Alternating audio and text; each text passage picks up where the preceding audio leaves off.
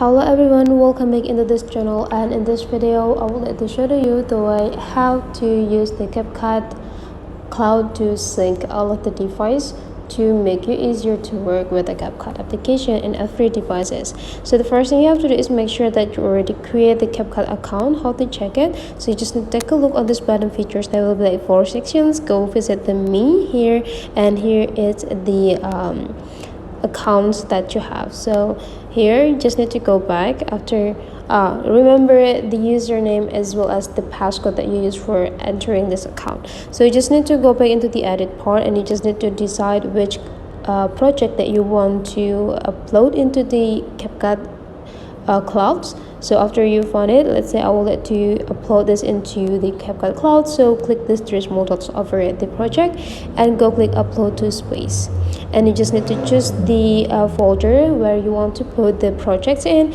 So here I already prepared the project. If you want to create one, you just need to go click this. So if you already have the folder, go click it and just click upload.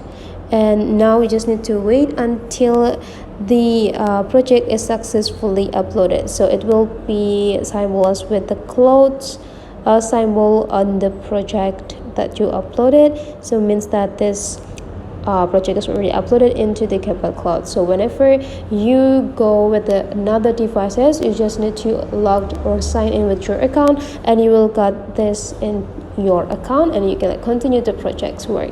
So that's the way how to use CapCut clouds to sync all of the device for your work. Hopefully this tutorial today is useful for you. Thank you for watching, and I will see you for the next video.